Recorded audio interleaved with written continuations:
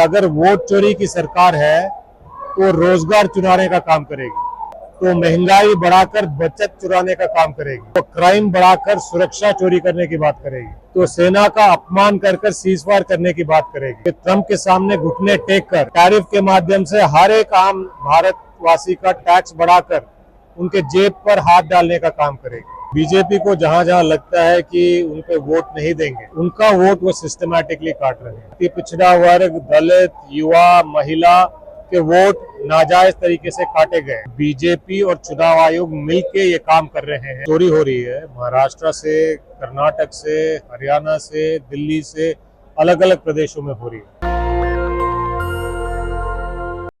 साथ बिहार कांग्रेस के प्रभारी कृष्णा अल्लावरू हैं। अब कुछ खबरें आ रही कि एक घर में 500 वोटर इनरोल किए गए। क्या लग रहा है ये एकदम पॉलिटिकल कॉन्स्पिरेसी है? पॉलिटिकल कॉन्स्पिरेसी नहीं है, ये वोट चोरी की कॉन्स्पिरेसी है। ये इस देश का हर आम इंसान को नुकसान पहुंचाने वाला काम है।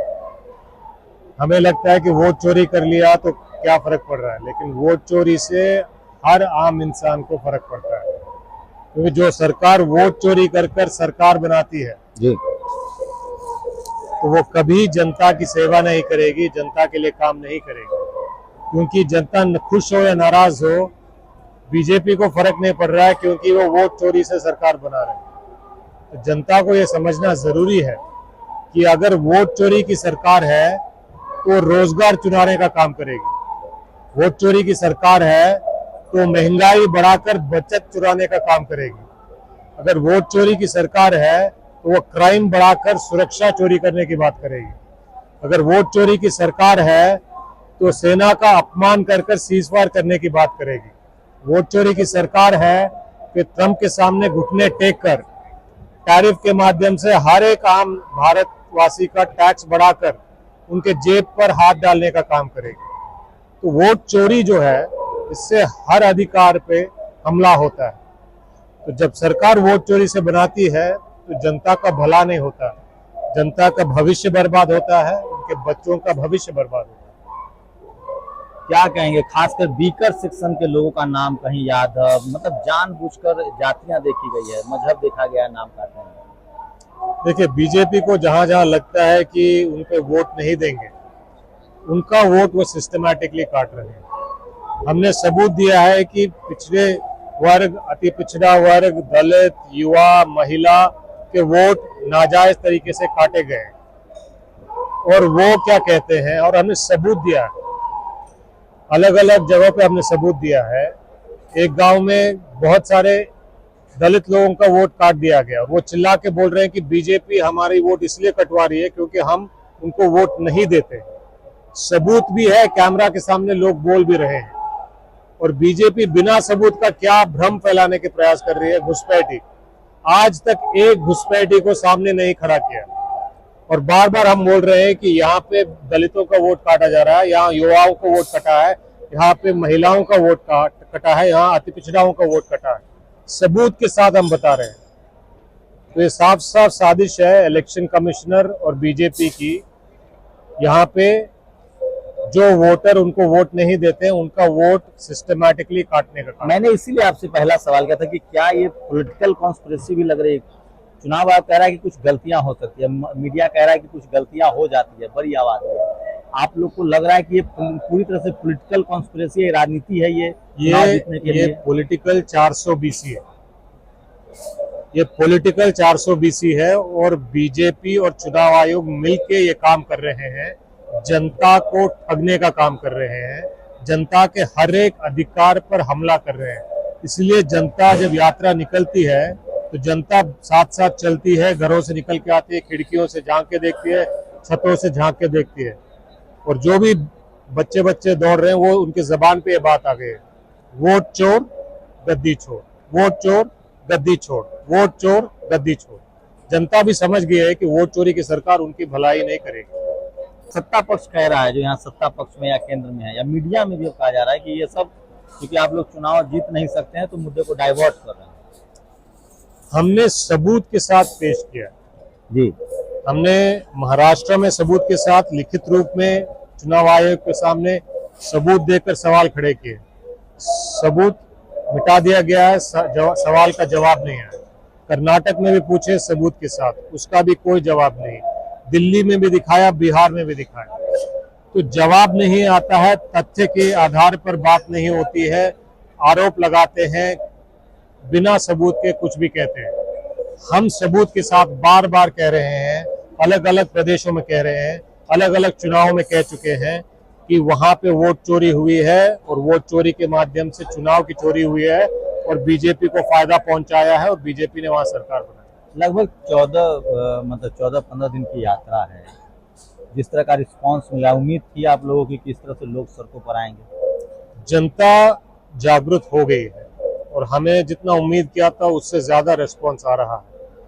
जैसे मैंने कहा कि जहां से यात्रा निकलती है, लोग सड़कों पे आते हैं, खिड़कियों से झांकते हैं, छतों पे चढ़कर देखते हैं, साथ साथ काफिले के दौड़ते हैं, तो उनके आंखों में उम्मीद दिखती है, विश्वास दिखता है, आशीर्वाद दिखता है और इसके लिए हम जनता का बहुत आभारी हैं।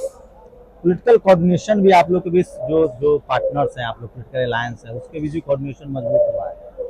बिल्कुल, और ये ऊपर के लेवल पे भी देखने को मिल रहा है, जिला स्तर पे भी देखने को मिल रहा है और जमीनी स्तर पे भी देखने को मिल रहा है। तेजस्वी जी और पप्पू यादव मिलके मंच पे आ रहे हैं, ये कुछ महीने पहले संभव नहीं माना जाता था। तो कोऑर्डिनेशन वहां से शुरू होकर नीचे कार्यकर्ताओं तक जारी है।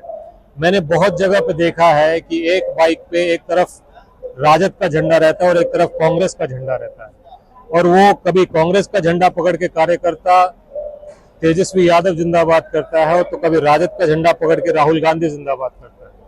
तो ये बहुत बड़ी बात है और हमें इससे बहुत विश्वास और ताकत मिला है और जनता भी इन चीजों को देख रही है कि हमारे यहाँ जितना यूनिटी है, एकजुटता है, सामने वालों में नहीं। कृष्णा जी, आप प्रभारी हैं, यंग हैं, लोगों से बहुत एक्सपेक्टेशन है आपसे, बहुत ज्यादा लोग मिलना चाहते हैं, क्या समझ पाए आप बिहार को, खासकर इस यात्रा में? किस तरह की एक्सपेक्टेशन है लोगों की, पार्टी से भी और वैसे सरकार से किस तरह की लोग उम्मीद लगा के बैठे हैं? लोगों की उम्मीद ये है कि महागठबंधन सरकार बनाए, उसमें कांग्रेस पार्टी का अच्छा योगदान रहे और सरकार बनने के बाद जैसे कांग्रेस पार्टी अलग अलग प्रदेशों में पहले भी हमने करके दिखाया है और आगे भी हम करके दिखाएंगे कि जनता की भलाई हमसे बेहतर एनडीए के कहीं भी नहीं कर पाते हैं। तो ये विश्वास जनता हमसे रखती है, ये उम्मीद हमसे रखती है और हमारे लिए सबसे बड़ी चुनौती है कि सरकार बनाना है और उसके बाद जनता के लिए सेवा करना है, बिहार बेहतरीन बनाना है, बिहार के लोगों का भविष्य बेहतर बनाना है। एक सवाल आम लोग करते हैं कि चुनाव आयोग, मतलब लोगों का विश्वास डोला है। वो राहुल जी ने कहा था कि हम टॉप से बॉटम या बॉटम से टॉप जांच करवाएंगे। लोग कह रहे हैं कि ये जो तमाम संवैधानिक संस्थाओं में जो इस तरह के लोग हैं, खासकर मीडिया से लोगों की नाराजगी है, जो टीवी अखबार है, वो इस पूरे मूवमेंट को बायकॉट कर रहा है। उनको लग रहा है कि इसको कैसे देख रहे हैं? क्या आप लोग उस पर सवाल पर अभी भी कायम है कि हम चुनाव आयोग के खिलाफ इन्वेस्टिगेशन कराएंगे, जांच होगी, जो आरोपी दोषी पाए जाएंगे? देखिए, जब गलती होती है, जब क्राइम होता है, जब स्कैम होता है, तो जांच जरूर होनी चाहिए। और ये बहुत बड़ा स्कैम है, मेगा स्कैम है, बहुत बड़ा घोटाला है, गंभीर मामला है और इससे एक नहीं, दो नहीं, लाखों करोड़ों लोगों का भविष्य बिहार में खतरे में है और भारत में खतरे में। तो इस पे जरूर जांच होनी चाहिए और जो दोषी है उस पर कार्रवाई जरूर होनी चाहिए। एक बड़ा पॉलिटिकल मुद्दा भी रहेगा, चुनाव के दौरान भी आप लोग इसको बड़ा मुद्दा बनाएंगे, क्योंकि अब देश भर में, हरियाणा में भी आज हुड्डा सड़कों पर निकले हैं, कांग्रेस के सीनियर नेता सब सड़कों पर निकल रहे हैं देश भर में। ये मुद्दा सिर्फ बिहार का नहीं, जब चुनाव की चोरी हो रही है महाराष्ट्र से, कर्नाटक से, हरियाणा से, दिल्ली से, अलग अलग प्रदेशों में हो रही है, और जब चोरी से सरकार बनती है तो वो जनता के लिए काम नहीं करती, जनता की सेवा नहीं करती। तो भारत के हर एक नागरिक के अधिकारों पे हमला हो रहा है वोट चोरी के माध्यम से। तो इसलिए सड़क पे सिर्फ बिहार के जनता नहीं, सारे देश की जनता को समझ में आई है, तो वो भी सड़क पे उतरेंगे। कांग्रेस का जनाधार भी बढ़ा है, जिस तरह से लोग सपोर्ट कर रहे हैं। कांग्रेस एक बड़ी, जो अभी गठबंधन में आप दूसरे नंबर पे थे, लीड करते हुए दिख रहे हैं। कांग्रेस का प्रयास है कि जनता के जो भलाई के मुद्दे हैं, जनता के जो अधिकारों के मुद्दे हैं, उन मुद्दों में जनता के आवाज बनकर जनता के साथ खड़े रहें, और वही प्रयास हम बिहार में करने का प्रयास करें। चाहे वो पलायन रोको नौकरी दो यात्रा हो, चाहे वो यूनिवर्सिटीज में छात्रों के हालत के खिलाफ आवाज उठाना हो, चाहे वो SIR की बात हो, हर एक तरीके से हम जनता के मुद्दों पर जनता के साथ खड़े हैं। तो जनता को दिन ब दिन प्रतिदिन कांग्रेस पार्टी और गठबंधन के तरफ विश्वास बढ़ता जा रहा है, और ये हमें देखने को मिल रहा है। एक आखिरी सवाल की सुने कि 1 तारीख को समापन कर रहे हैं और बाबा साहब अम्बेडकर की मूर्ति तक मार्च करेंगे आप लोग? जी, 1 तारीख को गांधी मैदान में गांधी मूर्ति से मार्च शुरू होगी और बाबा साहेब अम्बेडकर की मूर्ति तक जाएगी, क्योंकि ये जो मत का हक है, एक इंसान, एक आदमी, एक वोटर का एक मत, ये हक संविधान से दिया है, और उसमें बाबा साहेब अम्बेडकर और महात्मा गांधी जी का सबसे ज्यादा योगदान था। जी बिल्कुल। तो ये कृष्णा अल्लाह बरू हैं, बिहार के प्रभारी हैं, और जब से आए हैं उसके बाद लगातार कांग्रेस जो है वो फ्रंट फुट पर बैटिंग कर रही है। और SIR के मुद्दे पर जिस तरह से राहुल गांधी ने दिल्ली में प्रेस कॉन्फ्रेंस की और बिहार में यात्रा को उन्होंने आयोजित किया है, फिलहाल कांग्रेस बड़े लीड की तरफ बिहार में बढ़ती हुई दिखाई दे रही है। आप लोग अपनी राय जरूर दीजिए। कांग्रेस की कोशिश है कि जो लोगों का मुद्दा है उसको राजनीतिक मुद्दे में तब्दील किया जाए, और वोट का मामला, चुनाव आयोग जो है वो सबसे ज्यादा अविश्वसनीय संस्था के रूप में अब लोगों की नजरों में आ गया है। शुक्रिया सर हमसे बातचीत के लिए। शंभू कुमार सिंह, फुलपरास, बिहार। दस्तक की आपसे गुजारिश है कि अगर इसको बचाना चाहते हैं तो नेशनल दस्तक को सब्सक्राइब करने के लिए रेड कलर के सब्सक्राइब बटन को दबाएं, फिर बेल आइकन की घंटी दबाएं। नेशनल दस्तक को बचाने के लिए बहुत जरूरी है कि हर खबर को शेयर करें, लाइक करें, कमेंट जरूर करें।